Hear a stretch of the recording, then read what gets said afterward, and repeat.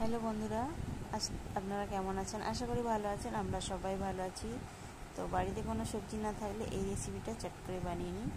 তো কড়াই তেল দিয়ে আমি পাঁপড়গুলো ভেজে রেখেছি। তার আগে আলুগুলো কেটে আমি ধুয়ে রেখেছি। তো একে একে আমি পাঁপড়গুলো কড়াই তেল দিয়ে আমি ভেজে নিচ্ছি। আমি কড়াই তেল দিয়ে পাঁপড়গুলো ভেজে নিচ্ছি, কিন্তু আমার ফোন ধরে আর কেউ নেই, নিজেই ধরছি, তাই জন্য পাঁপড়গুলো আমি দেখাতে পারছি না। তো প্লিজ কিছু মনে করবেন না। তারপরে আমি পাঁপড়গুলো দিয়ে আবারও ভেজে নিচ্ছি। তো দেখো, আবারও আমি পাঁপড়গুলোকে তুলে নিলাম। সবগুলো এক গামলা পাঁপড় আমি ভেজে নিয়েছি। ওই কড়াতে সাদা তেল দিয়ে দিলাম, তেজপাতা দিয়ে দিলাম, দুটো শুকনো লঙ্কা দিয়ে দিলাম, দিয়ে কেটে ধুয়ে রাখা আলুটা ওর মধ্যে আমি দিয়ে দিচ্ছি।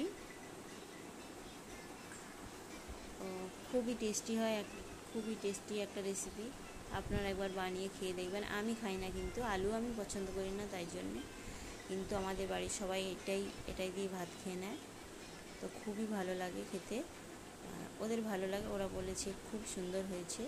আপনারা একবার বানিয়ে খেয়ে দেখবেন, খুবই টেস্টি রেসিপি একটা।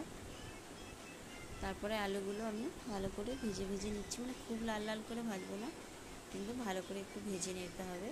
তারপরে কাঁচা লঙ্কা দিয়ে দিচ্ছি, কাঁচা লঙ্কা টমেটো দিয়ে দিলাম। তারপরে আদা গ্রেট করে রাখা দিয়ে দিচ্ছি। দেখো, দিয়ে ভালো করে মিশিয়ে নিলাম। ভালো করে নাড়িয়ে চাড়িয়ে পরিমাণ মতন নুন দিয়ে দেবো। তো নুন দিয়ে দিলাম পরিমাণ মতন। তারপরে হলুদ, লঙ্কা, জিরে, ধনে সব রকম মশলা দিয়ে ভালো করে নেড়ে নেব। তারপর দেখো, স্বাদ মতন একটু চিনি দেব। আমাদের সব তরকারিতে একটু মিষ্টি মিষ্টি খায়, তো আমি একটু চিনি দিয়ে দিয়েছি। তারপরে দেখো, ভালো করে নাড়িয়ে মিশিয়ে নেব, ভালো করে নাড়িয়ে কষিয়ে তারপর দিয়ে দেবো জল দিয়ে দেবো আমি এর মধ্যে। পাঁপড়ের তরকারি পাঁপড়টা টেনে নেবে, তাই একটু বেশি করে জল দিতে হয়। তো তাই আমি একটু বেশি করে জল দিয়েছি, আরও একটু জল লাগবে। তো দিয়ে আমি ঢাকনা দিয়ে দিলাম। তারপর দেখো, আলুটা সেদ্ধ হয়ে গেছে, ফুটে উঠেছে। সেদ্ধ হয়ে যাওয়ার পরে আমি পাঁপড়গুলো দিয়ে দেবো। আলুটা একদম সেদ্ধ হয়ে গেছে, তো আমি দিয়ে দেবো এর মধ্যে পাঁপড়গুলো। তো পাঁপড়টা অনেকটা আমার তরকারি বেশি, তো আমাদের বেশি খায় বলে তার জন্যে বেশি করে করতে হয়। তো তাই জন্য কী করেছি, পাঁপড়টাকে আস্তে আস্তে করে ওর মধ্যে মিশিয়ে নেব। তো দেখো, আমি পাঁপড়টাকে মিশিয়ে নিচ্ছি, ভালো করে মিশিয়ে নেব। তো ভালো করে মিশিয়ে নিচ্ছি আমি, নেড়ে চেড়ে ভালো করে মেশানো আমার একদম কমপ্লিট হয়ে গেছে। তো তারপরে দিয়ে দেবো ঘি দিয়ে দেবো, ঘি আর গরম মশলা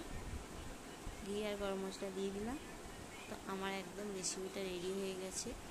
আপনাদের আমার ভিডিও কেমন লেগেছে অবশ্যই লাইক করবেন আর সাবস্ক্রাইব করবেন, পাশে থাকবেন।